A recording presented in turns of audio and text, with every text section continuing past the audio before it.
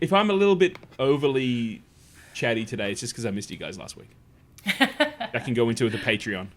I think Gail did feel a little guilty that she had to kill it off. It's okay. She said, "You guys can go ahead and do it." I was like, "No, it's kind of a dangerous perspective or a dangerous precedent to set." Yeah. Yes. Because then you'll just push me further We'll and just further go out. off. Yeah. No. All right, I am going to start the timer. No, we don't do that unless Gail's fed up with us. No. Cool. Take it Go away. ahead, start the timer. All right, timer is starting.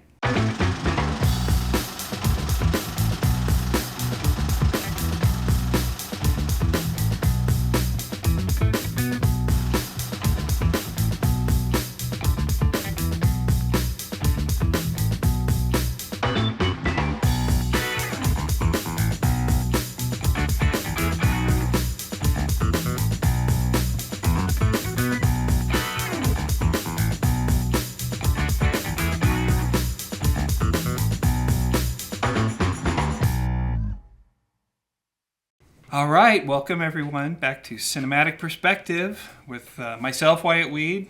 I'm Gail Gallagher. And I'm Gil Poznansky. where are you coming to us from, Gil? I'm coming from Melbourne, Australia, the other side of the planet. It is morning here, and it's nighttime for you guys. Which sometimes causes communication issues and sometimes causes me to say, I'll see you at 6, but then there's been a daylight savings change and it's not 6 and anyway, and Gil's going, where are you guys? And I'm going, I'm sorry. Anyway, Well, the other thing, too, is that Gil's also going into summer. Yeah. It's getting cold here. We're starting to see little specks of snow in the sky. Yeah. Oh, wow. We don't have any snow here just because of where we're at. We get ice and we get lots of rain. We do get snow on the mountaintops in some of the ranges, but very rarely where we live. So, Do you get seasons? we do get, of course we get seasons. Come on, do we get seasons? Well, LA doesn't really get seasons. Yeah, they have 3. LA gets seasons. They have the wet season that goes for 3 weeks. Yeah. Where every hole in a roof is discovered as the water's running down the inside. I learned about that. Because Melbourne happens to be so low, we get a lot of Arctic winds. Oh, okay. So it changes a lot of the weather patterns. When I was growing up, you always took a jacket, even if it was like sunny outside and there was a cloud in the sky, because of the fact that it could change depending on the weather patterns, especially the cold and all the rest of it. So I, for the first 3 years that I lived in Los Angeles, all my friends thought I was crazy because I would carry a jacket with me. They're like, dude, it's LA. We're in a desert. I'm like, you never know. Okay, but my experience in LA was that, yeah, it could be a dry, hot heat during the day, but there was nothing to hold that in. There was no humidity. Yes. There was no So density. would it always get cooler at night? I mean, if it was 115 during the day in the middle of July, it might drop to like 80 at night. But if you were up in the mountains or you were up in the high desert, it could be 100 during the day and go to like 40 at night. Wow. I remember, and the beach. I'd be out on the beach shooting like a beach volleyball film as an extra, and I'm baking in the heat, and as we're wrapping and the sun is dropping, everybody's on the beach is, working an episode of Baywatch or something. You're freezing your ass off by the time you wrap. You think, oh, I'm going to shoot all day on the beach. This is going to be fantastic. No, it's colder than shit in the morning. There's a marine layer of haze. Okay, I have to ask. Were you in an episode of Baywatch? You know what? I said Baywatch, but I actually worked like 14 days on a beach volleyball movie called Side Out with C. Thomas Howell and Peter Horton. Wow, Peter Horton. My God, I worked so many days on that stupid movie, and I'm gonna have to look this up. yeah. So When we met at AFM, American Film Market. We have a whole episode about that. And it was held at Santa Monica Boulevard. It was like Santa Monica Beach was where the hotel was. right, And I loved the film Fletch, which actually takes place underneath Santa Monica Oh, the pier? Pier, right? The pier. They shot a lot of the stuff there. So I remember, I think it was the first day towards the end of the day, I said, I'm going to walk up to Santa Monica Pier and like take some shots of where all the scenes were set. And I thought to myself, well, this is where like Baywatch is shot. This is where everything's shot in LA. If you need a beach, there's going to be women in like scantily clad bikinis and all these really... Nothing like that. It is like, unfortunately, kind of a dirty beach. Like, as in, like, there's lots of seaweed, there's a lot of trash. And And as a student there, when I was at UCLA, I remember also going down there to rollerblade with friends on breaks. And I remember seeing some gorgeous women in kind of like these really revealing bathing suits. And I went, oh, they must be filming a film. And that's exactly what was happening. I was just like, everyone's otherwise in jeans and t-shirts. We shot a lot at a place called Point Doom, which was far... No, it wasn't Point Doom. I take that back. I'm trying to think of the beach. You took me there, right? Well, Point Doom I took you to. It wasn't quite that far, but Zuma Beach. Oh, Zuma Beach, yes. Zuma was where we shot a lot of stuff. Which Zuma was a little farther to the north, a little more out of the Santa Monica, so a little nicer. The beach volleyball courts set up right there. But you know, it was funny. I remember working with women on these beach movies, and the first ADs would come around and they'd be like, "Hey, we need you to take your t-shirt off, take your cover up off. We're going to place you." And some of these women would be like, "No, I mean, this is what I would wear right. at the beach." And, "Well, no, you know, we want you to get in your bikini and blah, blah, blah." And they'd be like, "Pay me." Yeah. Like, bump me. And I saw women just stand their ground and sit there and go, "No, you want me up front and in my bikini to be featured as cheesecake, pay me." Good on them. I saw ADs just get frustrated and walk away. And these women, they weren't stupid, but they also, they'd been there and they'd been on camera for hours and gotten horrible sunburns and frozen their butts off after the sun dropped. And yeah, I have one last story about this, and then we should get... Well, I think you have a story. And I remember on Side Out, the beach volleyball movie, like something happened with the scene, and maybe the director restarted the scene, or something happened. There was confusion, and something that we thought was going to be like 30 seconds. They'd kept like 6 of us after everybody else was wrapped, and they were shooting these inserts, these close-ups, and they had us crossing. For all of you out there, it's like you see, you're focused on a famous actor, but there are shapes crossing in the foreground and the background. That's a cross. And you're really only crossing just far enough to cross the lens, and then you stop or you turn around. So they had some of us doing multiple crosses, where there'd like be an AD on one side of the camera and an AD on the other side, and you'd walk across the camera, and then they'd wait, and then they'd like tap you on the shoulder, and you'd walk across again. Well, you don't want it to look like the same person keeps walking back and forth over and over and over. But something went wrong, and like they didn't have enough people, or they didn't have enough crosses or something, and the scene was going on for a while. And I'm standing there, and I can see the frustration and the panic in the first AD's face.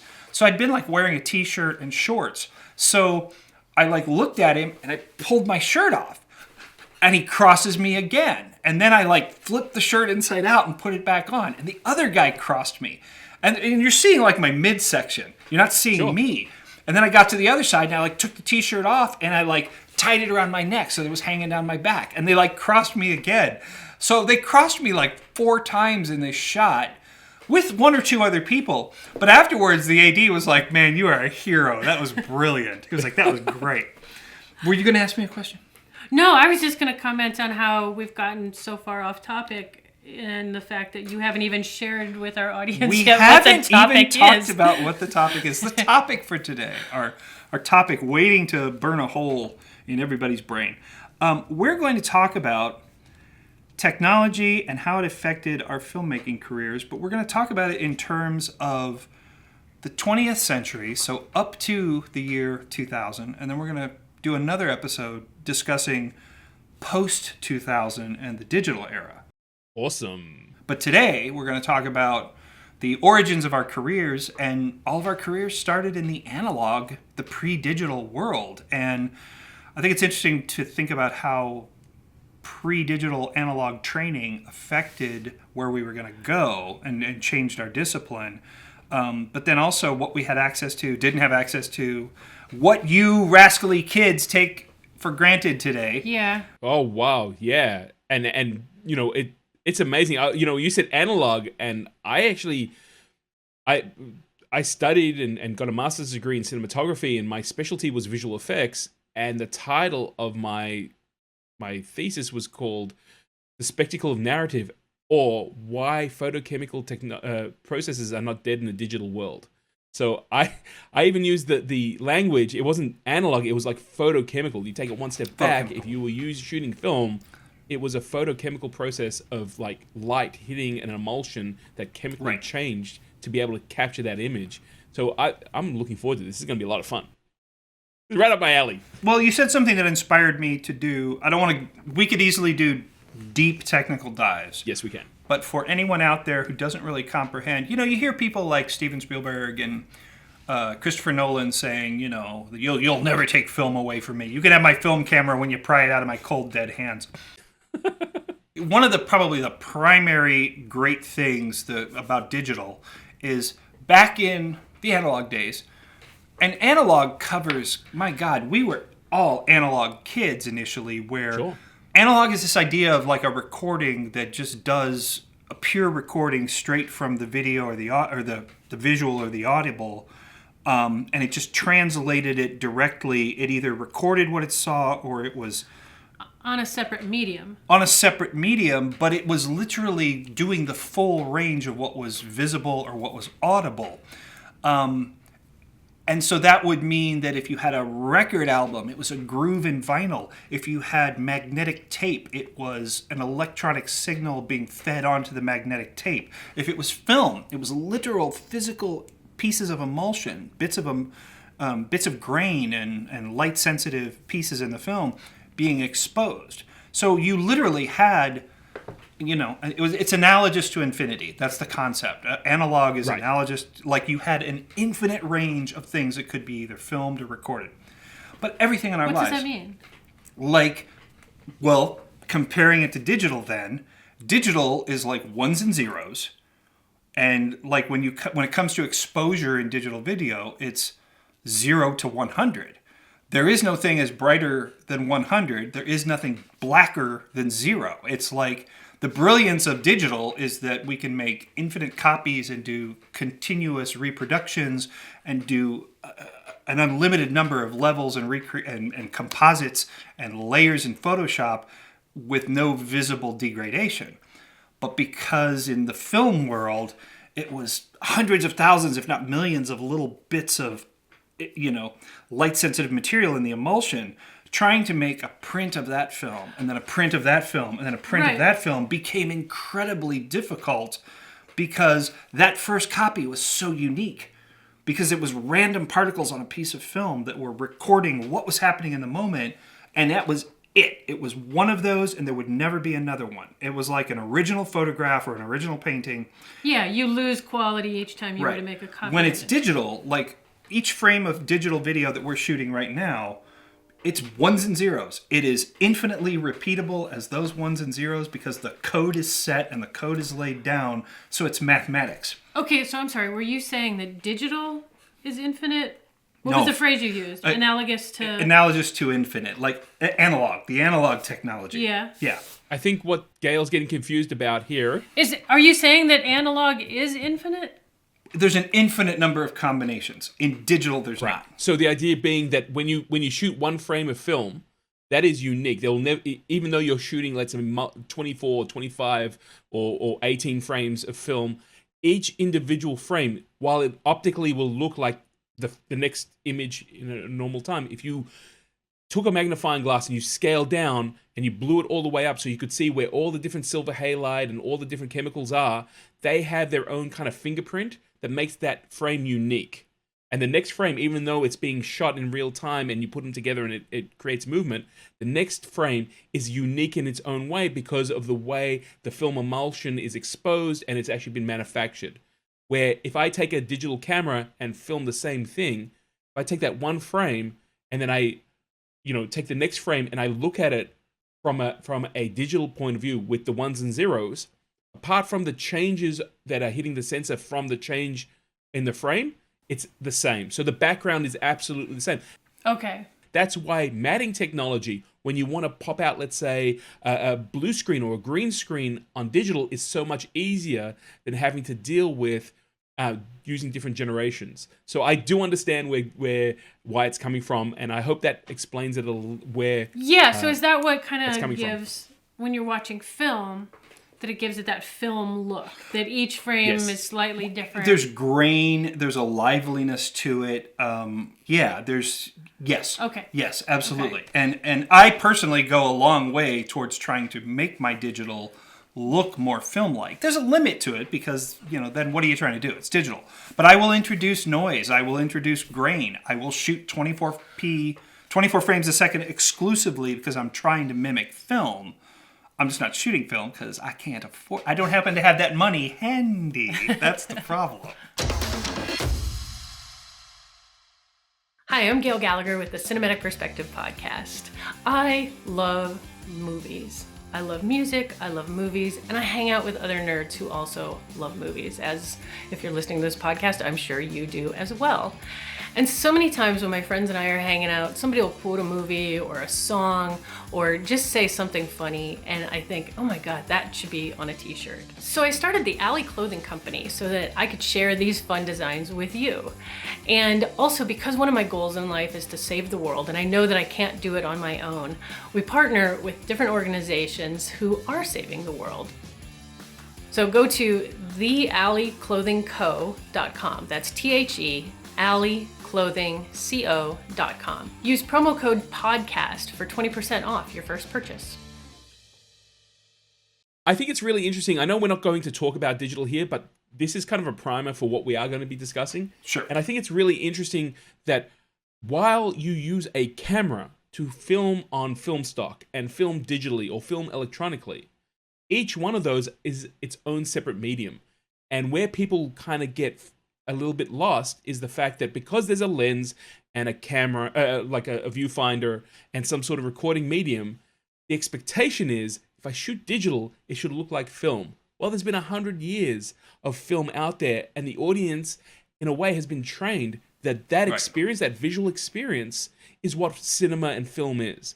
And what you saw after when people started adapting electronic technology with video cameras and then digital is this kind of huge move to go back to what was naturally occurring on film stock. Right. So the grain Right. and the way the light will actually fall off. And we needed bigger sensors in the digital cameras so that we could look deeper into, let's say, the blacks, or even pull them out so the blacks would just fall off the way film stock worked. It's one of those kind of pet peeves of mine that when I'm teaching people how to use a camera, they'll go, what ISO should I set it at? And I'm like, 800, because that was the only stock when I was shooting film, that was the fastest stock we could afford. And they go, 800? You know how many lights you need for that?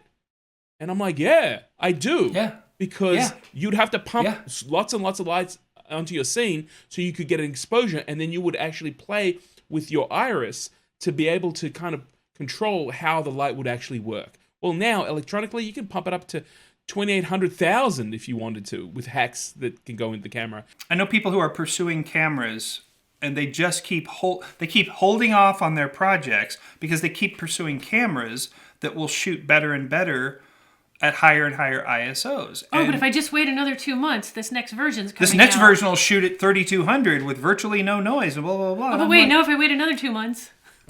You know what I call that? That's called being lazy. Because sometimes you see something with your naked eye and you think, God, the full moon is so incredible. I'm getting so much light from these other sources. I'm getting a little backlight off the lights from the windows of the house. And this is just such a beautiful image. If I could get a 3200 or 6400 ISO setting camera that could capture what I'm actually seeing, that's awesome. Or, you lazy ass, you could shoot at, 320 ISO and light it So that it replicates replicates that, and then you can control it and you're not victim to. Anyway, we're off into the digital. That's the difference between being an artist and being someone who unfortunately can only do what the equipment can do. Like, I remember getting my first light meter, and I bought an electronic one because I had a deal at a place that doesn't exist anymore called Bel Air Camera, and as I was a student, they were like, the first light meter you get will give you 15% off. And then I was like, cool, I just want an analog little needle light meter, and they were like, cool, we'll sell it to you for $40, but you want something a little bit more. So I got a Sekonic spot meter, Cine Master thing, which I still have today and use. And I remember going to class, and my professor, amazing cinematographer in his own right, Tom Denovi, he took one look at it and he said, "That's great for later on, but you won't learn how light's going to work with that, because it's just going to give you a number. But with the little analog one, you'll be able to feel, as you're setting up the lights, where the light's falling and what that's going to mean to the camera." And I remember I ran back down. I went, "Give me the $80, one as well." And actually, for what it's worth, except for when I'm doing visual effects, because that's great when I've got numbers and I'm putting them into a calculator to work out exposures and things like that, I still use that very basic light meter, because it's got a little card that you put in, and it basically cuts down the light if you're using different types of lights. If you're going to work in an analog world, keep your instruments in that same analog form. Sure. Now, I do want to point out, because I'm sure people are going to complain, that last time we were talking about lights and a film where they had bolted some lights onto a helmet, and I said a Blondie was a 1K. I apologize for that. I was actually thinking about it. A 1K is a redheaded light, as in the back of the light is red, so that's a 1K light. A Blondie is a 2K light. And I'm sure there's going to be someone who's going to be on Twitter or Instagram going, "That Gil guy, he doesn't know what he's talking about. A Blondie's a 1K? Amateur!" There'll always be somebody getting online and complaining about something. I know. So we're kind of... Since we're talking about analog, I thought, let me just throw that in there. It's been on my mind the last couple of weeks. I'm more than capable of launching into my first original analog experiences in the filmmaking community. I know Gil is too. What was your first analog endeavor? It can even go back to your family. Yeah, no, that's where I was going to go.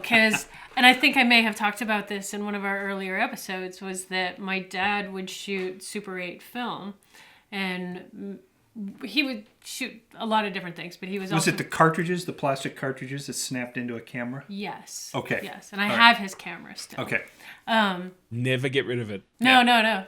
We have so many cameras. I have every film camera that, like, my grandparents had, that my parents had, that I bought.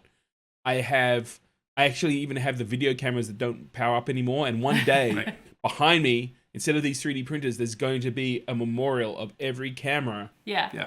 So that I can, I understand and respect where I came from. We have production cameras that we don't use anymore, but we're going to put nameplates on them, and we're going to put them on a shelf in the office, just because they were such workhorses that I have no intention of getting rid of them, selling them, throwing them away. But so yeah, my dad would make these movies, and he made some short films, and I remember sitting at the dining room table with him and watching over his shoulder as he was editing the film. And he had this little editor that you crank the wheel back and forth. And I don't even know why I remember the shape of the edit, but like he would feed the film underneath a little razor blade that when you punch down on it, it created like this little curved edit point, and he'd pull a chunk out and then actually just use a piece of tape and tape it all back together.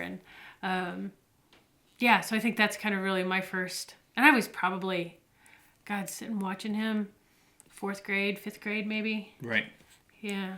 I don't think my dad had a Super 8 camera or even a regular 8 camera, but I remember my dad had a reel-to-reel audio recorder. Awesome. Probably late 1960s, he walked around talking to all of us kids, and he recorded all of us. And I remember he was asking me about cartoons, and I was talking about I liked Super Chicken, and I liked George of the Jungle, and I'm like telling him all the cartoons that I liked, and you can hear my little voice. And obviously one of the issues, which I'm sure we'll talk about as we go, is a piece of Super 8 film that is a reversal film, and that's the only copy that there is, and you run it back and forth 25 times, and you cut it, and you make a mistake, and you have to pull the piece out of the bin and tape it back on.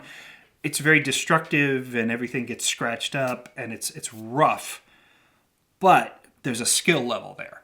The physically going through and timing it by hand and cutting it by hand, like film editors did for, like you said, 100 years.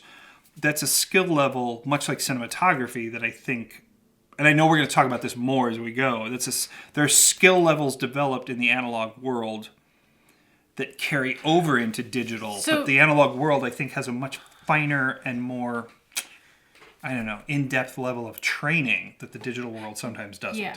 For me, just talking about doing the editing, because my first production passion was audio, that's what I was doing too. My first editing stuff was on tape.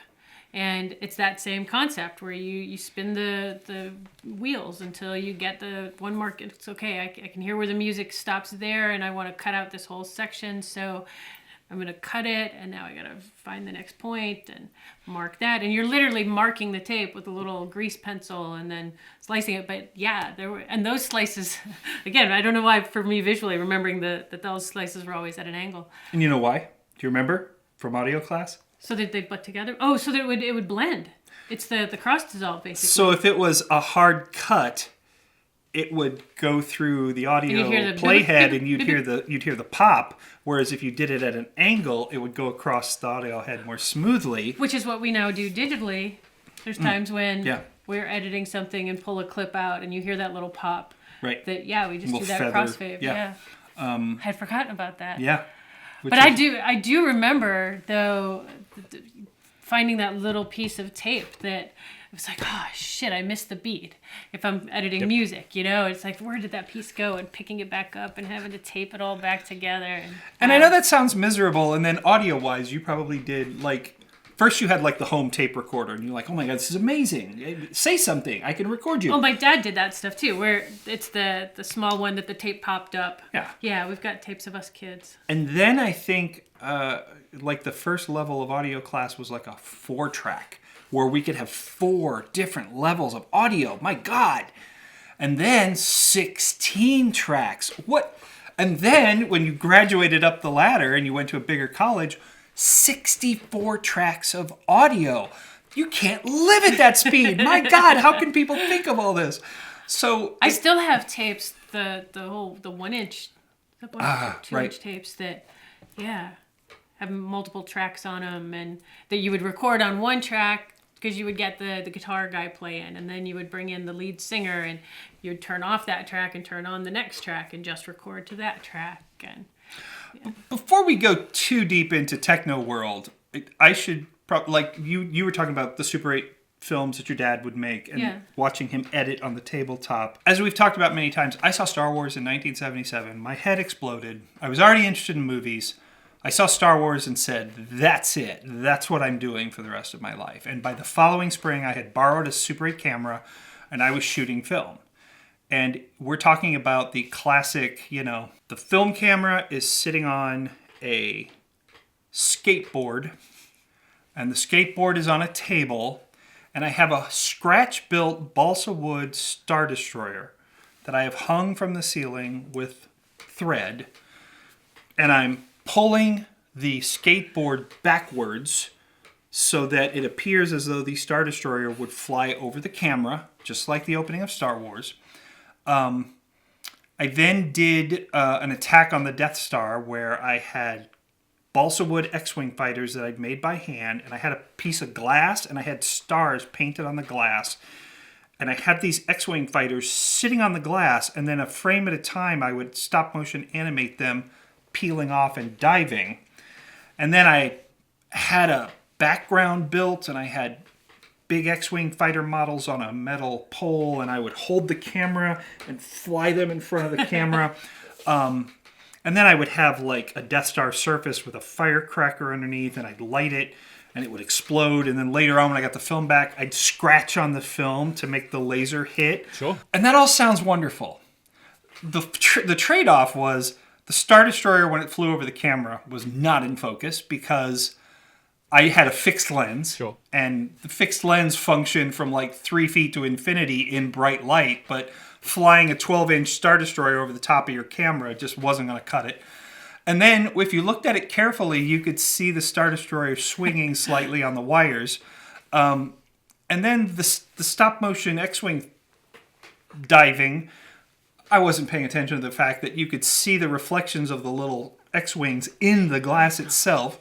And then you saw smoke coming out of the surface of the Star Destroyer before the firecracker exploded. And I remember getting that first roll of film back and going, well, why doesn't this look like Star Wars? But the difference I think that separates out a lot of filmmakers, I know separates out us anyway, is I looked at it and I didn't go, oh, well, this is hard. This sucks. I don't want to do this. I went, okay, what am I doing? What am I doing wrong? And then you research more and you learn more about focus and you learn more about exposure and you learn more about how to properly shoot stuff and your next one looks better. And then your next one after that looks better. Okay, so speaking about research, how did you know as a 15-year-old kid to move the camera under the Star Destroyer instead of trying to move the model?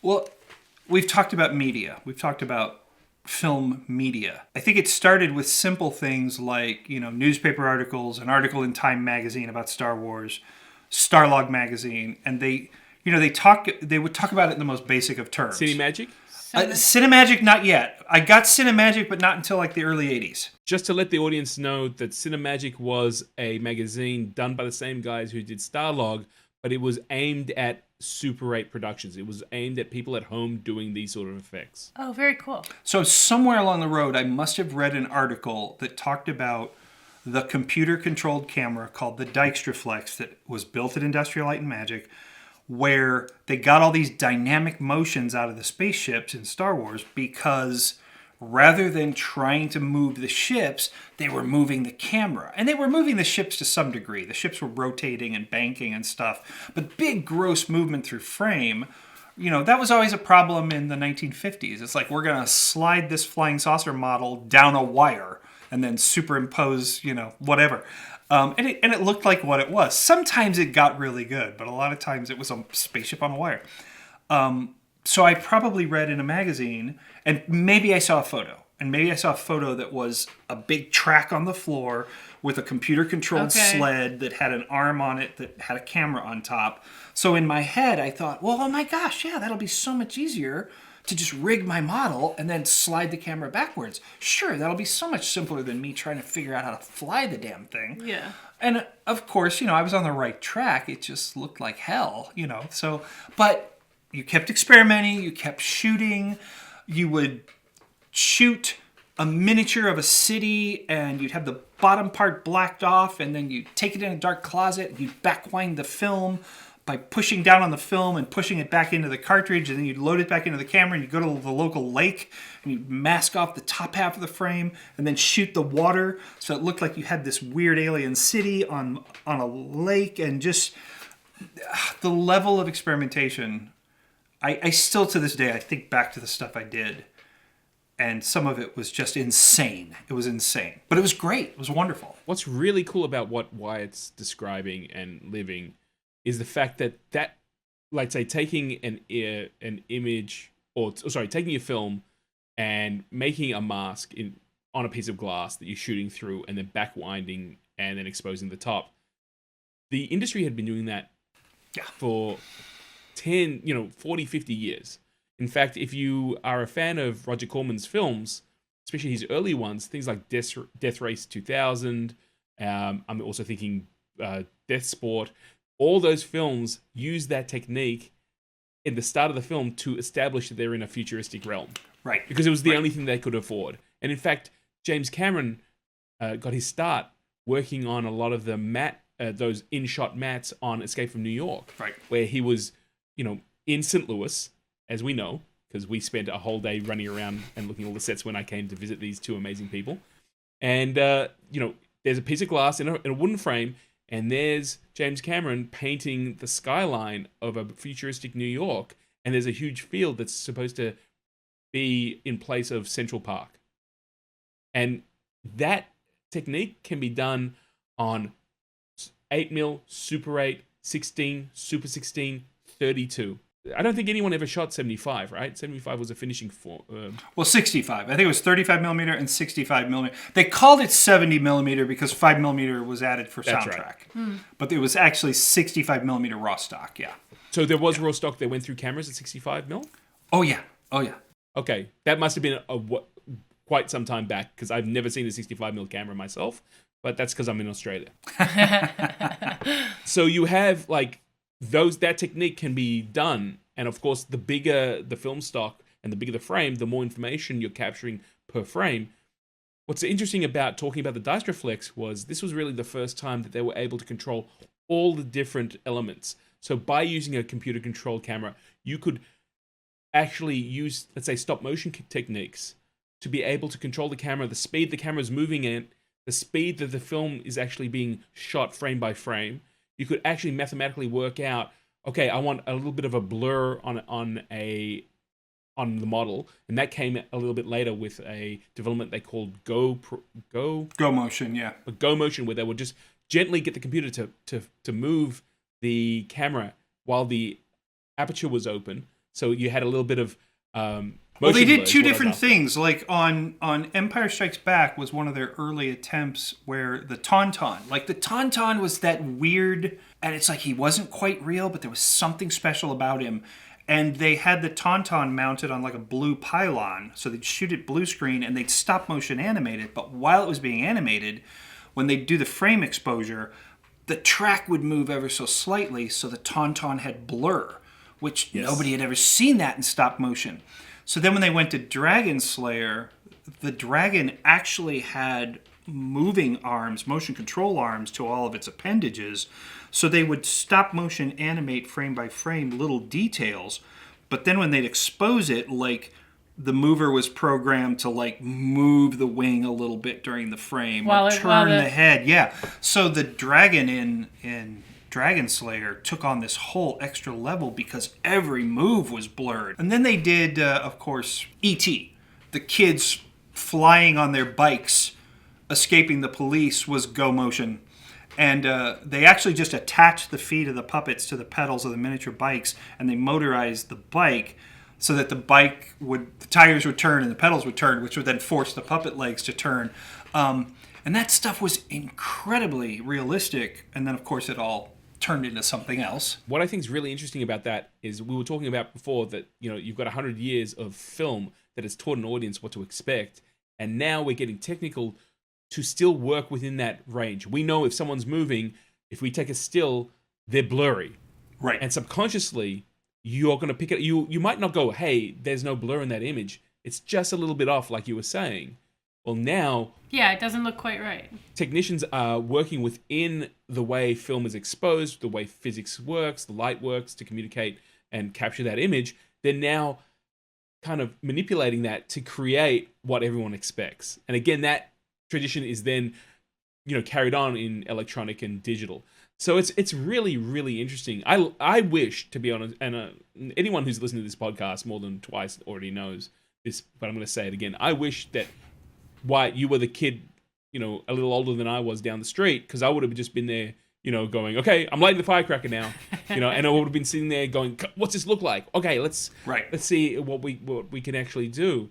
So it's pretty amazing to hear that you were doing it. I was learning about it. I didn't have the same ability as a young one. My father had a Super 8 camera that was given to him as a wedding present. So I happened to have all these Super 8 footage. And it's really interesting that on their honeymoon, they were using the camera. And this is back in the late 60s, early 70s. And they must have got a thread or something in the frame, in the gate. And of course, on those Super 8 cameras, you can't check the gate, which if you've ever been on a film set, after a shot, they say check the gate, where the camera person or technician will actually open up and make sure there's no debris in there to make sure that the image is clean. And every time I watch this, there's a thread that's just wiggling around as it's moving through the film gate. And I'm like, I love you guys, but this is like, I would fire you. This is the worst thing as a camera person, camera operator you possibly could do is like have some debris there. And as I'm watching these images, there's almost like this animation that's going on as, this piece is going on. This thread's moving along, and it's a Super 8 cartridge, so they couldn't open it up without exposing the film. But and they didn't know any better. So I have all this amazing footage that was actually turned into a DVD. My mother said to me on the day I was packing I had packed my bags. I was getting the last of my packing done to move to LA to start studying and hopefully have a career. And my mother said, "Hey, I didn't show you this. This is our wedding, your birth, your first birthday, all on DVD." Wow. And I remember saying to her, "You give me this now? I can't sit down and watch it to you. It's like I got an hour before going to bed and then jumping on a plane at 6 a.m. You get these little moments of time. It was just pretty amazing, and I love that to be able to go through my father's old Super 8. I have his projector. I've even hunted down some lenses, not lenses, some bulbs, because for a while they were making bulbs for the projectors. It was always a real thrill as a kid when my father would put a projector screen up and we'd watch something. Right. Yeah. Right. Yeah, that was always really cool for us. Even if it was the home movies we had already seen 50 times, it was still...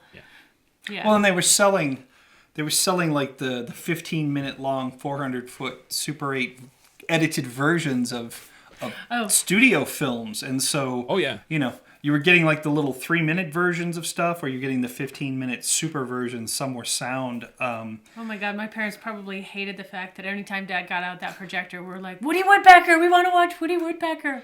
It's amazing too. Something I learned, and I don't remember when I learned this, but I would shoot my Super 8 films, and I'd recreate scenes from Star Wars. You recreate, I think, things that you admire. I admired Star Wars, so I recreated Star Wars movies.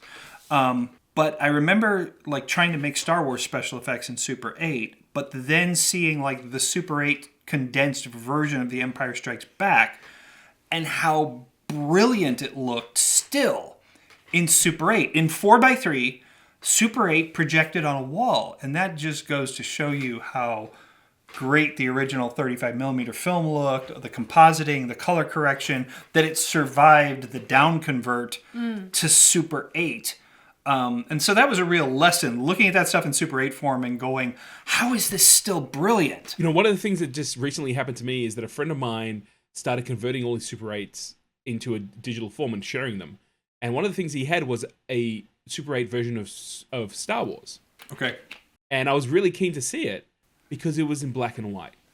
Ooh. And I had never seen a black and white print. And once I took a look at it, I realized it was a bootleg. They basically had bootlegged a Star Wars print, and one of the ways you can make copies for editing is by actually sandwiching a print and a, let's say, black and white negative, and then running it through a projector, which would expose the image across. It was called contact printing, and it was a way of being able, for dailies and things like that, to be able to go and take a look at it. And I was like, wow, what you've actually got is you've got a contact print of Star Wars that someone had just made and probably sold, and no one knew any better because no one knew how to do this sort of stuff unless you were in the industry. And he's like, yeah, I never understood why we had this black and white print. I'm like, I'm sure that someone will pay a very pretty penny for that copy. A collector would be like, I want that. But again, it was just kind of a really interesting take, because when videotape came on the scene, there's piracy became a whole new thing. Like back then, you had to have you had to understand the process. You had to have a little bit of equipment. You had to have access to film stock and be able to process it. When videotape came out, all you needed was 2 machines. You could tie up 2 machines, and you could have one machine play to another one and record it. That was the whole idea of electronically doing it. And recently, again, someone sent me a 60 Minutes story in the 80s where they were going into stores in New York and they were able to buy bootlegs of Superman and Star Wars and things that were in the cinema for less, and then being able to take them home. And it was a underground kind of industry. Right. That type of ability is kind of amazing when you think about where this all started and how it became about. How do you make a copy of a film? You're right. Taking it from that original negative, that 65, then 35 for the live action, 65 for the model effects, because you want to get as much information in, because when you're making copies and then you're... In some cases, like Trumbull was 65mm, but I think ILM concentrated on VistaVision, which was 35mm turned sideways, but still larger format. Frame. Yes, absolutely. Yeah, larger format. Hey, this is Wyatt Weed from the Cinematic Perspective podcast. Now, if you've been listening to the podcast, you know that we make movies. But what you may not know is that we also help other filmmakers distribute their films. David Martin Conley's Tapestry of Shadows is a tense, dramatic tale of a neighborhood under siege. A husband and wife struggle to deal with the fallout of a drive-by shooting, and their faith is tested in the process. This film is just as relevant now as it was the day it was made.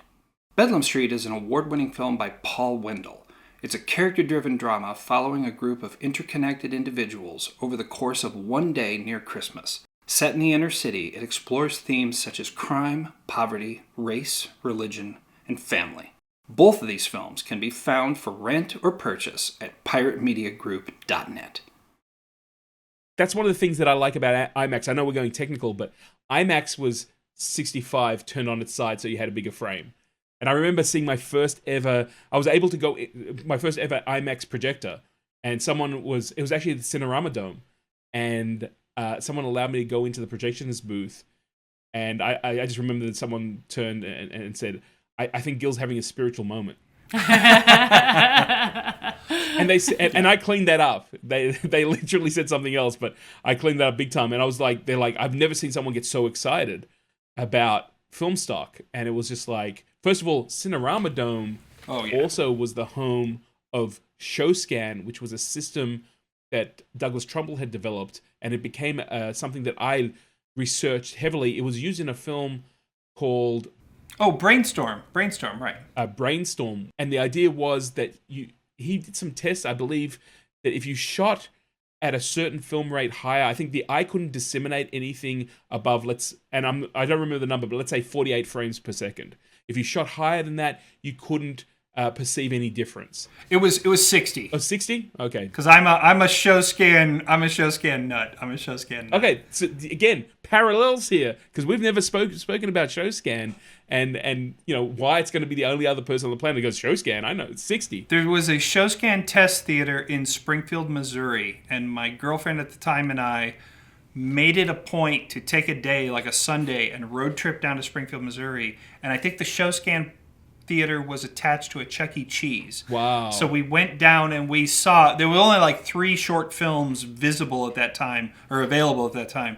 But it was pretty remarkable. And just very quickly for people, it was a process where you shot and projected at 60 frames per second, which is 2.5 times the regular speed. Like you're seeing movies in the theaters today at 24 frames per second. So imagine 2.5 times the information on a large format, very detailed film stock. So it was as close to a window on reality as you could imagine. Okay, we saw, was it The Hobbit? Yes. High speed. But this was different. Okay. It had a similar kind of feel. She's talking about, we saw Peter Jackson's The Hobbit at the high frame rate. Right. And it looked was like... that 60 frames? 48 frames? I feel like it was 48. Okay. Well, apparently, there's been discussion about this, and people like... It looks horrible. That's what yeah. I gotta say. It looked horrible. It looked like we were watching, I don't know, Masterpiece Theater or... James Cameron has talked about there's a refresh rate issue, there's a strobing issue, and he's talked about who's doing it right and who's doing it wrong. Right. Right. ShowScan was different. ShowScan wasn't quite video. ShowScan felt like a window.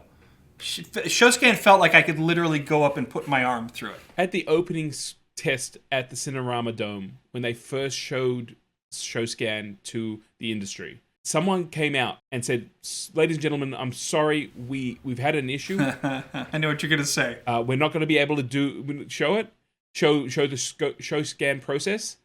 And what they were watching was ShowScan in. It was a presentation shot in ShowScan, and for the first, I think it was like 6 or 7 minutes, people thought that there was someone physically standing there who had walked out on the stage to say, "Unfortunately, we can't do this." And then they were like, "Actually, you've been watching ShowScan."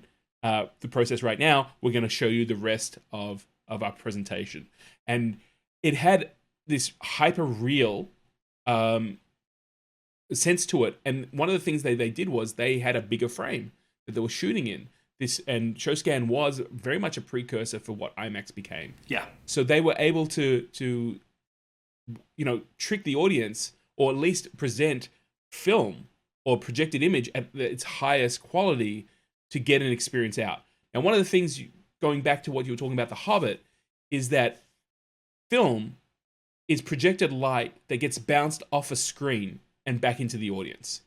So a properly balanced projection system should have 18 lumens of light, bouncing off the screen.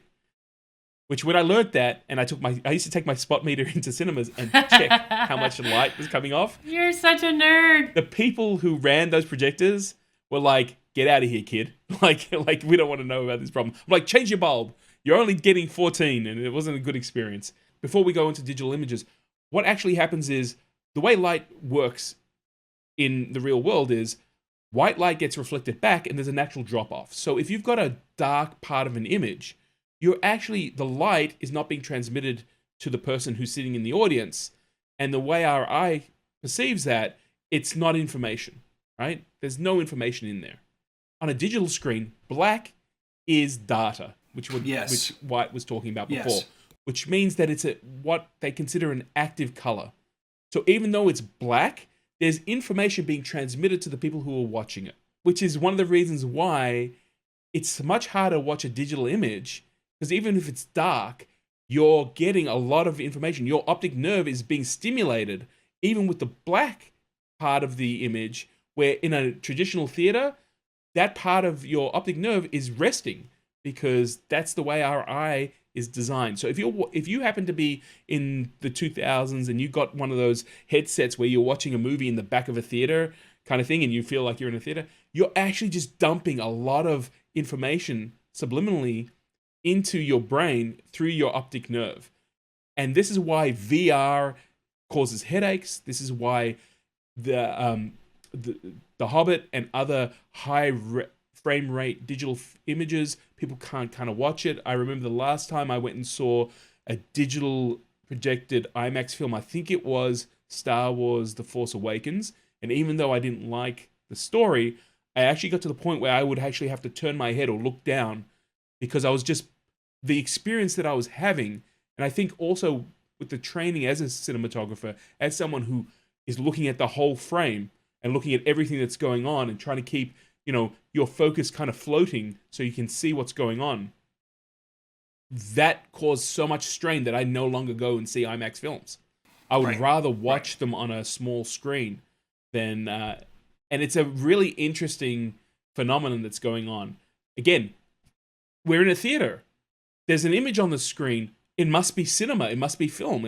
No, it's a completely different medium. This is why people have watched Star Wars films in the theaters, the old ones, the original trilogy. They'd watch Star Wars films in the theater, and they wouldn't see those weird boxes around everything. Sure.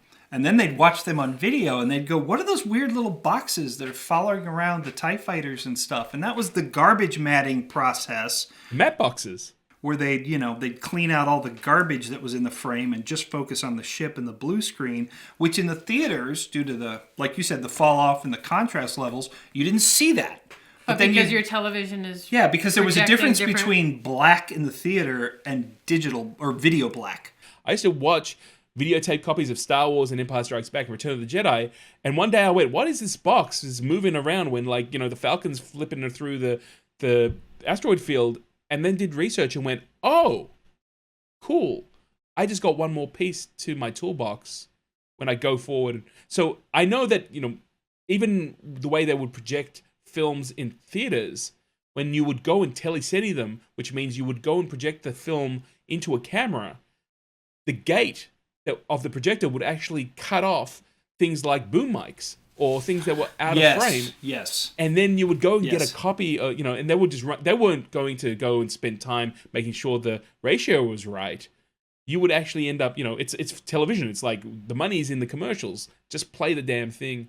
And I remember, I had a fight with Harrison Ellenshaw at one point because there was a copy of Tron that was put on DVD. And I'm like, I know this film was a labor of love. I know that you guys went and shot scenes that were perfectly good, but the director wanted to shoot them again. So why is there a boom mic in one of the shots? And he was like, there isn't. You're wrong. I thought he was going to throw me out of his house. Like, I thought I'd blown this completely. I must give credit to Harrison, though.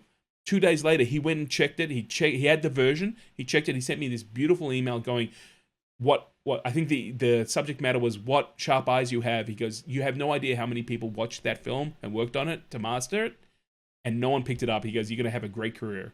And I remember writing back to him saying, you know what, I have a lot of respect that you actually followed through with the email. He could have easily said, kid, get lost. I don't like it when you point out something like that. So there's all these different formats that come into playing with how it's actually presented, and a lot of filmmakers knew the constraints when they were actually projecting it, and therefore would try to use as much of the frame to actually communicate what their story was. You ran into that on Guardian of the Realm, right? Oh my God. That gets into the digital world, but very briefly, we made a feature film called Guardian of the Realm, which directed by Ted Smith. It was Pirate Pictures, which is a company we're part of. Pirate Pictures' first production back in 2003. And we knew we were going to shoot it digitally, 4:3, but we wanted a widescreen image. And we knew that we were going to compose everything for letterboxing. Well, the crew just started to get very lazy, and they stopped worrying about anything that was outside of the widescreen. But didn't you guys tape off the monitor anyway, so that when you were filming, all you were seeing was the widescreen?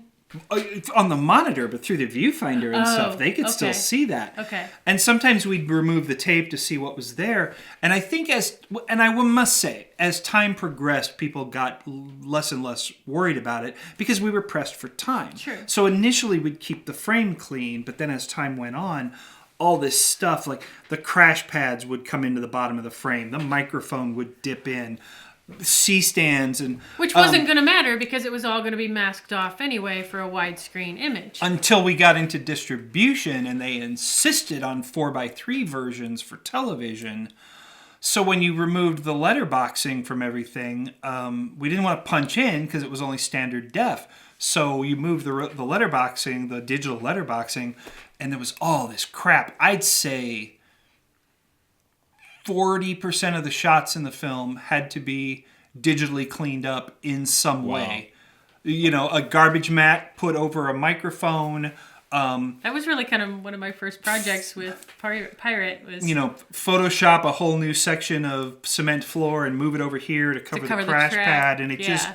Oh my God, dolly tracks sticking into the bottom of the frame, flags on the top of the camera over the lens to keep the glare out. Just, what a mess. We're off the subject, but yeah, no, that was an excellent... Don't be too hard about that, because I've seen like Hollywood projects that also have the same problem. I remember, this is before letterboxing was popular, I'd say in the 90s, watching a movie on television. I can't remember what the movie was, but what they would do is they would take a proper, 16:9 image, and they would just have a box, and they would slide the box left or right. Oh, pan and scan. Yeah, the pan and scan system. When I was a kid, I would watch these movies, and I knew there was something special about the movie because it had a very epic, very large budget quality, and I knew there was something special because there would be these moments with this weird motion, and I knew that was a special movie, but I didn't know why, and it would be years before the widescreen versions would come out on DVD, and then I'd go, oh.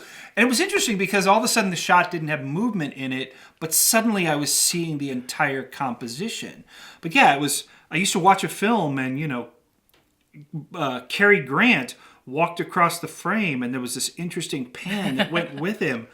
And I went, this is a special movie. There's something about this that's very special. And then when I'd see the full screen version or the widescreen version, I'd think, oh, that's why. Yeah, it was cool. Yeah, pan and scan.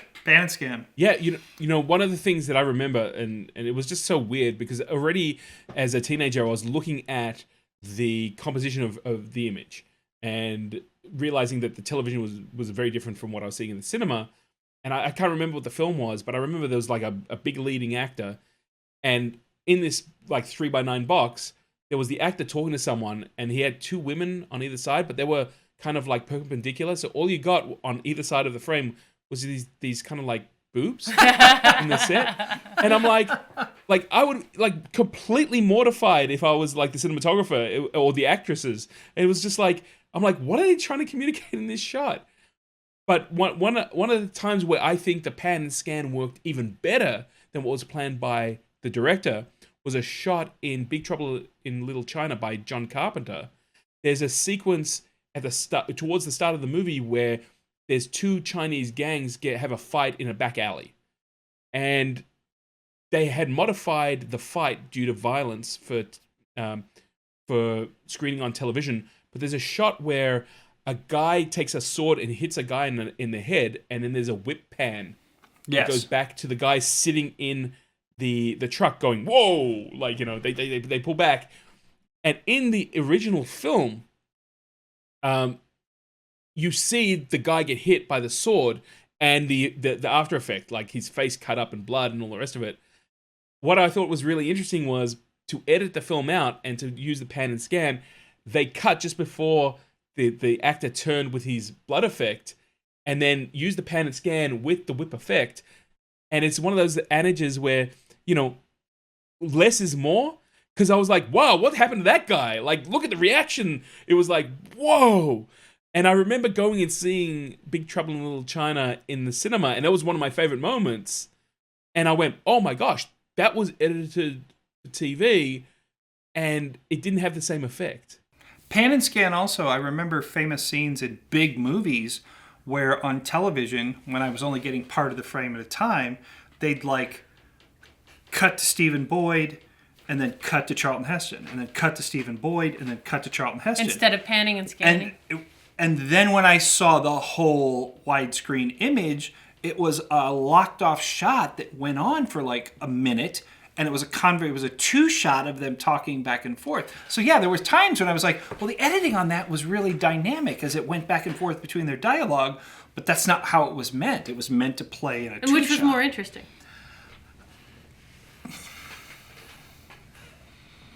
It's that adjustment period you go through. Because like the first time I saw like a widescreen Ben-Hur, it shocked me sometimes. Because like I could have sworn that was a much more rapidly cut sequence.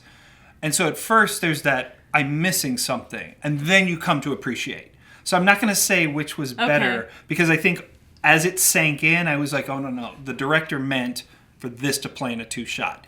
And so I accept it as the two-shot. One of the things that I love also about film, as in physical film stock and projects compared to kind of digital, is I had a whole experience, again, when I was in Los Angeles, where there was the American Cinematheque would play these 70mm prints of films that I had grown up and I knew back to front.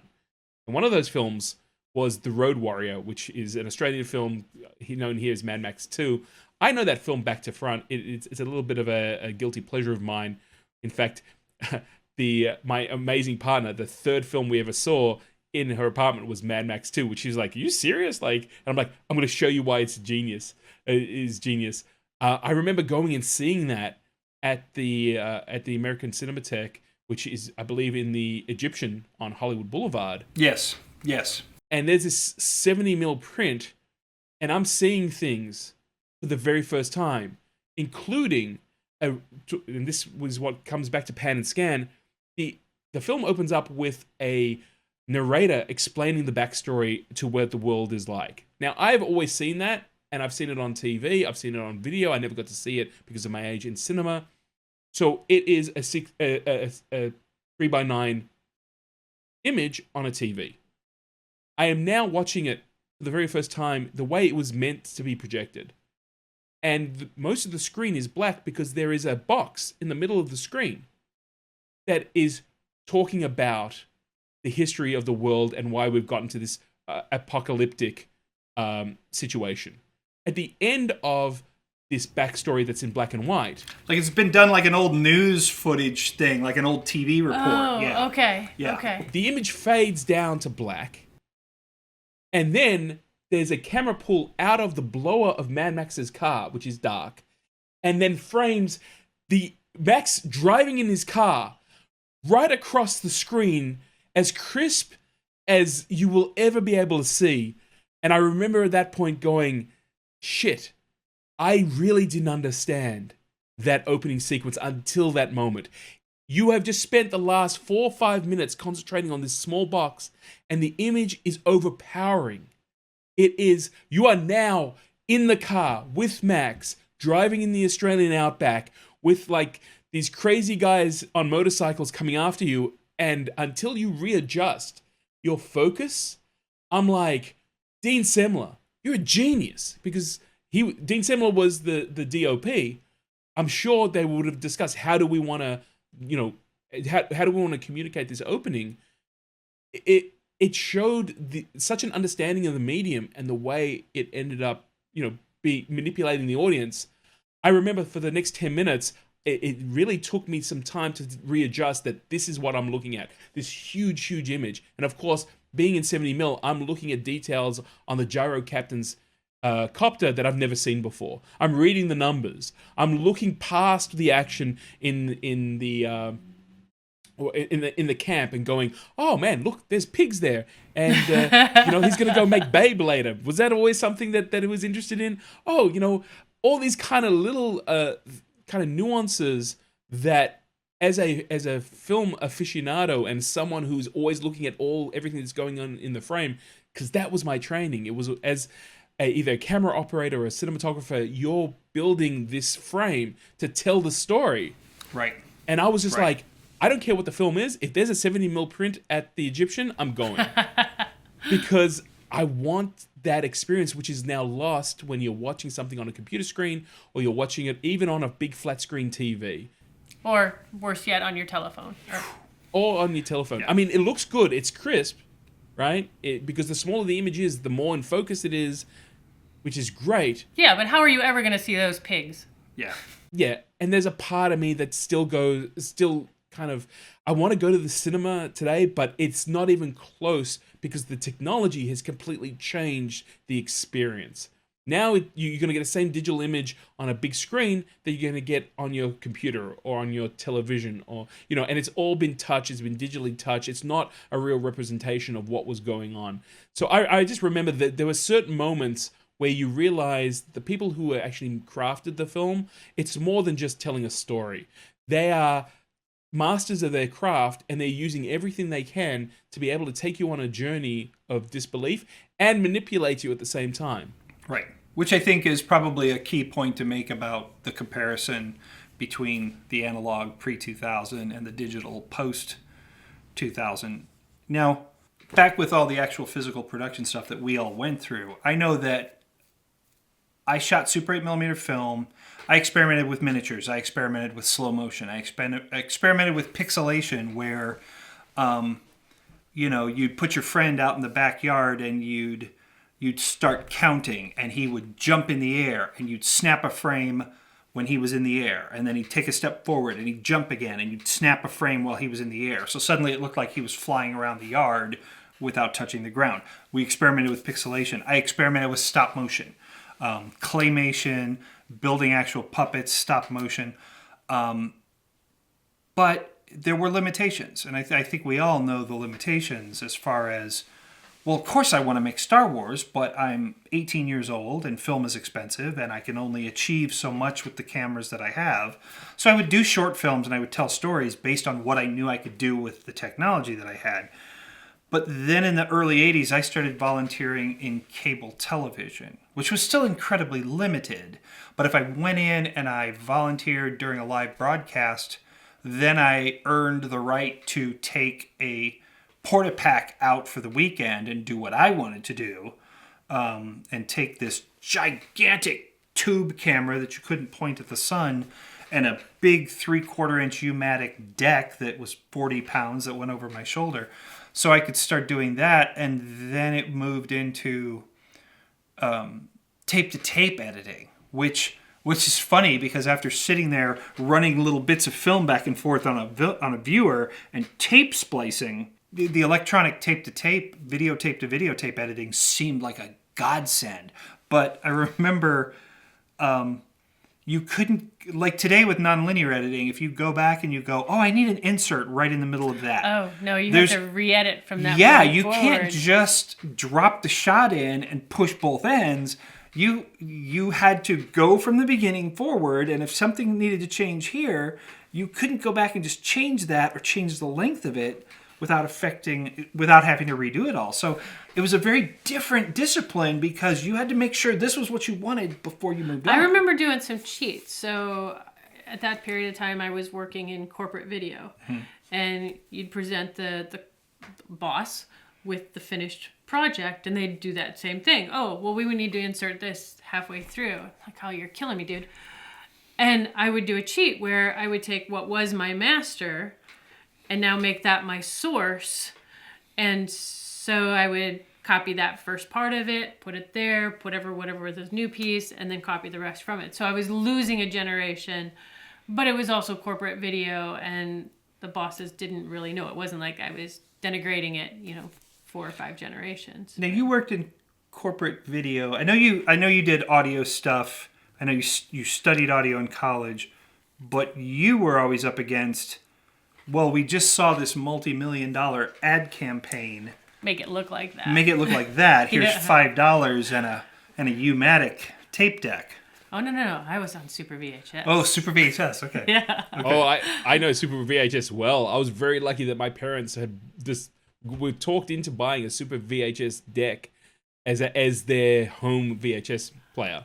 That's pretty high. Yeah, they were given a tape, like a demo tape, and they would bring people in. They're like, check out my player. And I'm like, we only have VHS tapes, Mum. Like, what? Like, they'll show this and they're like, look at the quality. And it's like, great. Now we'll never use it again. But when I went to university, they had this really weird cable that matched my video machine, which was a kind of, I used to call it a Super 8, Super VHS cable. But it was like a composite cable which ran multiple signals, and I had access to some equipment and some cameras which also had that connector, and I could buy Super VHS tapes. So I started recording on Super 8 and then dubbing it across to Super VHS, and they became my masters, and then I would just run it off onto pneumatic. So I was really lucky in that sense, but Super VHS, for what it was worth, was a great format. It just never took on. Like, I didn't know anyone else who had a Super VHS machine. I still have one.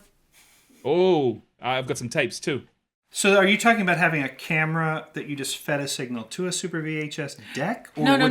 Was it a camcorder with a Super VHS tape? Yeah. Tape in it? Yeah, okay. yeah. All right. No, we were very portable. And then I had the two SVHS decks that I was editing between. Hey there, film lovers.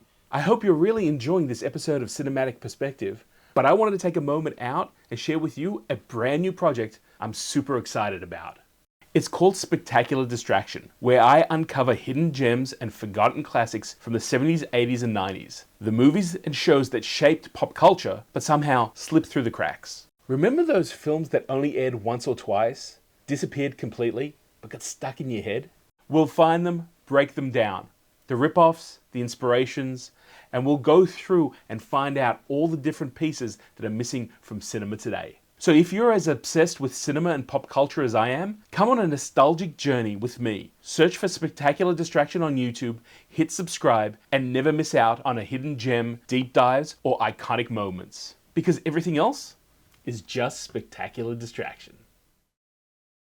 For all the young people out there who are digital bound, I'm sure you're asking questions like, well, weren't you just thrilled to move on? Because, and why are you talking about this old technology? Because it was like Super 8 was difficult, and then you moved up to U-matic 3/4-inch videotape, and the cameras were still standard definition, and the tubes in the cameras, you get the video burn where if you pointed them at a bright light, you'd see the streak, and God forbid you left the camera pointed at a bright light for too long. Burned in forever. And then, we moved up to Super VHS, which was even higher quality. And more compact.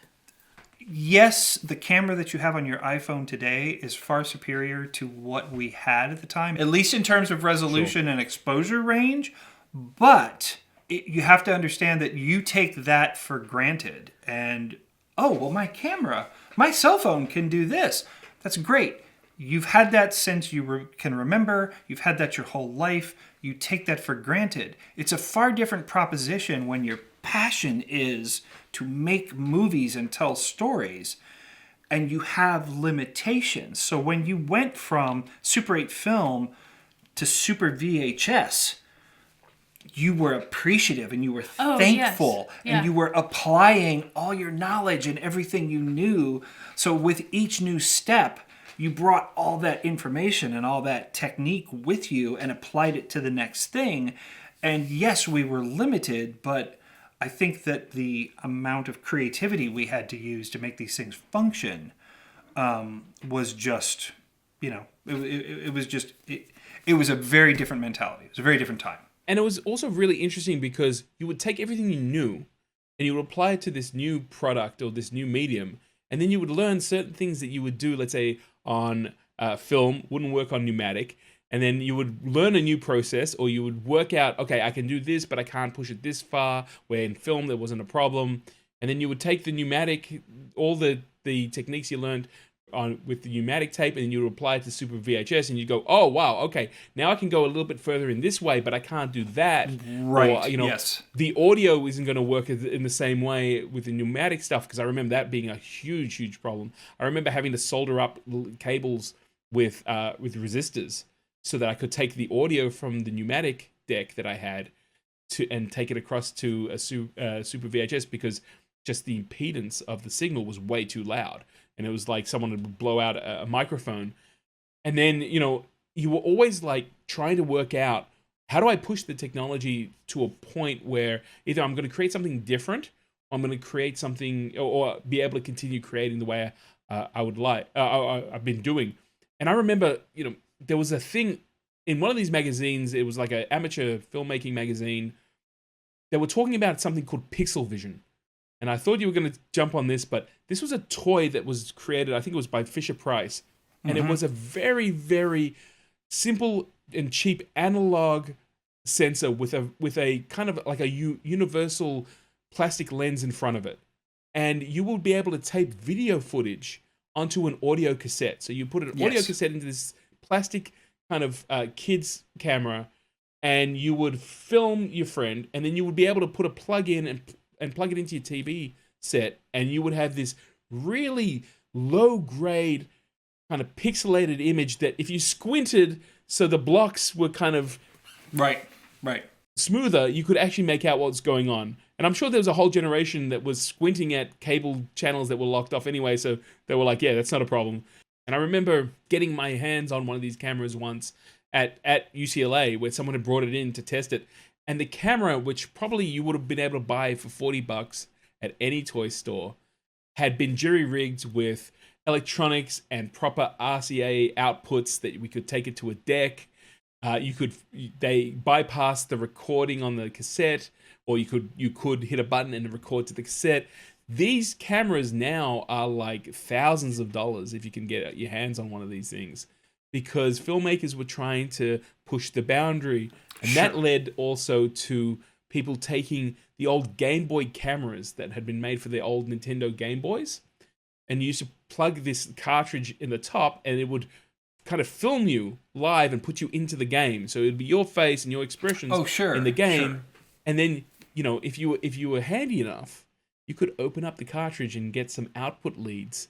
So you could record that onto videotape and start experimenting with like electronic imaging.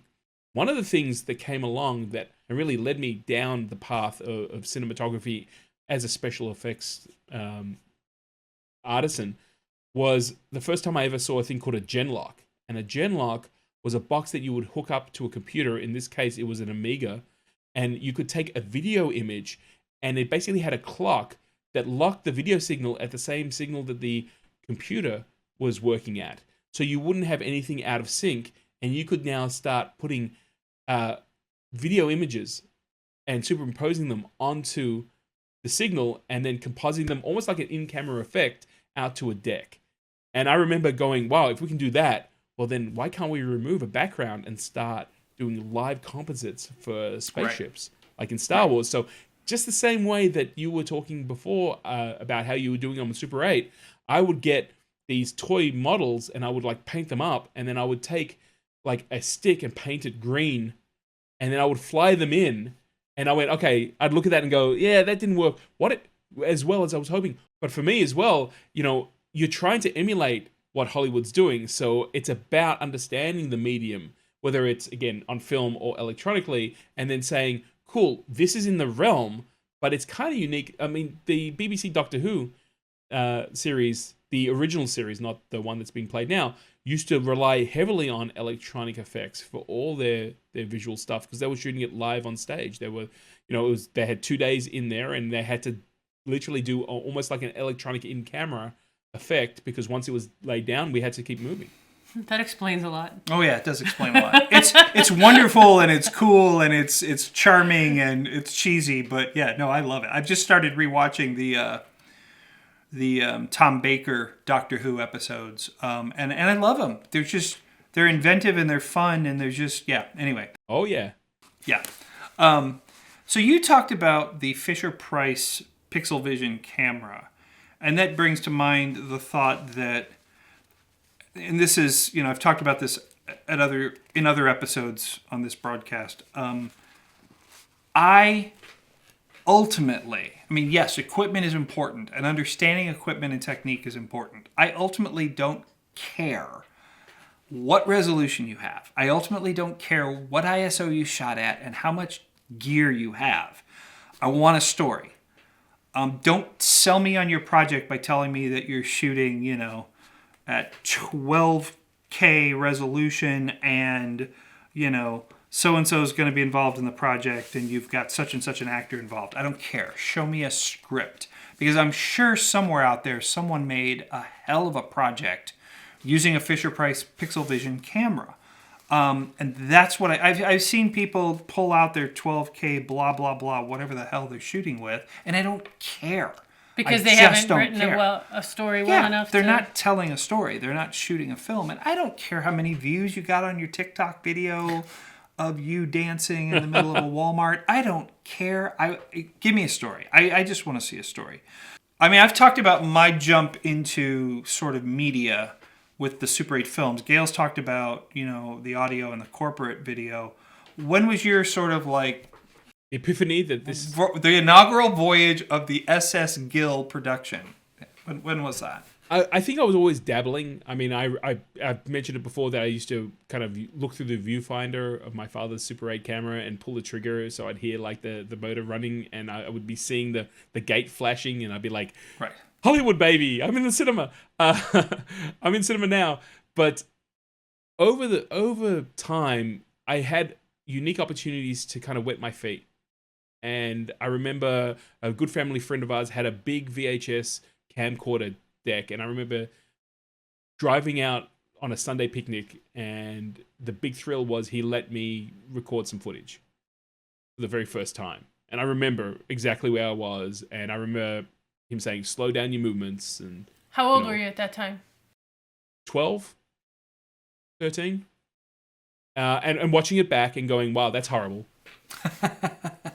The phrase we use is monkey with a gun.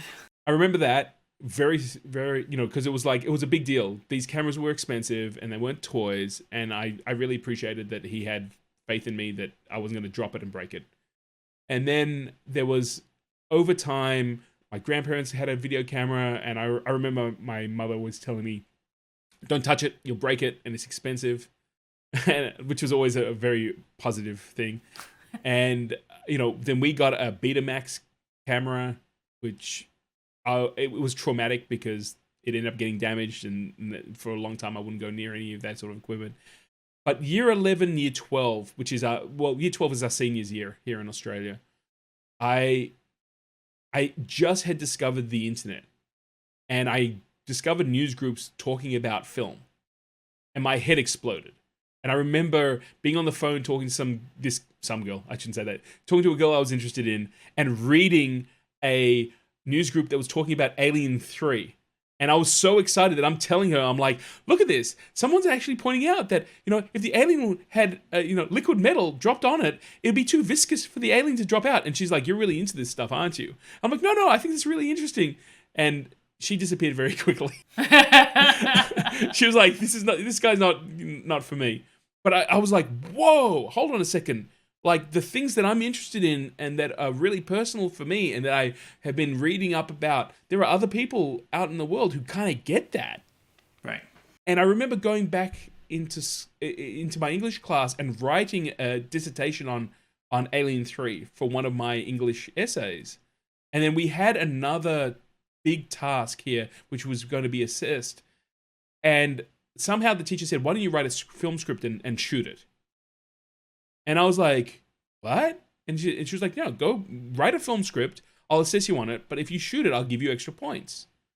And I remember, borrowing equipment like cameras and taking it incredibly seriously. And everyone in my class who was involved totally thought it was the biggest joke out. Right? And I was like, no, I'm like this serious. I'm going to be a serious filmmaker. Like, this is what I've been interested in. Take me seriously. Yes, damn it. There was a lot of screaming. I remember that. I remember a teacher coming up to me going, you really need to learn how to talk to people, because there was a lot of foul language and screaming because it wasn't right. I was channeling my inner Hollywood director. Thank God I've learned something since then. We made this kind of film. It was terrible, but everyone got a kick out of it because I used most of my class in it. Got assessed. And then I thought to myself, that's it. Like, I gotta now go get a job. Like, there's no way that I'm gonna be able to go and turn this into anything.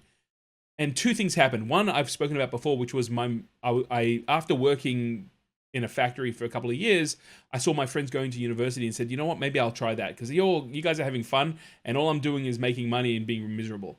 So I was going to do a philosophy course because, hey, man, I like to talk and I can argue a point.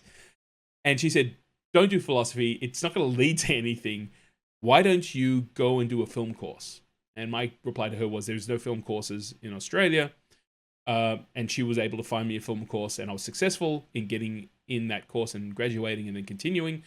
But at the same time, a friend of mine had come up and said, hey, Gil, they're going to allow the public to have a public access license in Australia for the very first time. And we've got a channel. Would you like to come on board and make something? And I went, yeah, sure. Why not? I'll just make something in my backyard, and I'll go and I'll get it screened. But at the time, I was still playing with computers, very early 3D effects, 3D models. We were building models of the Enterprise and getting them to bank and do things that you couldn't do in cinema. And all of that came together for my ability, my application, which was really, really cool. Got in, and now I'm like, I've got a reason to create stuff. Before, it was just like a little bit of a hobby. I did a science fiction review program for Channel 31 in Australia that was so good that they pulled me off the air after the third episode. We did a documentary on one of the groups here, one of the cultural groups here, that did really, really well. And now I'm like in university, and they've got a pneumatic decks with a control deck that you have pre-roll. So you would pre-roll both tapes, and then it would start the edit and then continue, so you didn't have a glitch. Well, we've got a lot more to talk about when it comes to our analog experiences and how we ventured into the digital world. So we're going to pick that up in another episode, which we will bring to you next week. And make sure that you subscribe to this podcast, that you like this podcast, that you follow us on Facebook, on Instagram, on Twitter, wherever you can find Cinematic Perspective. Be sure to like us and follow us and subscribe. The more subscribers we get, the higher rankings we get. So we appreciate all of your support. We will see you next week.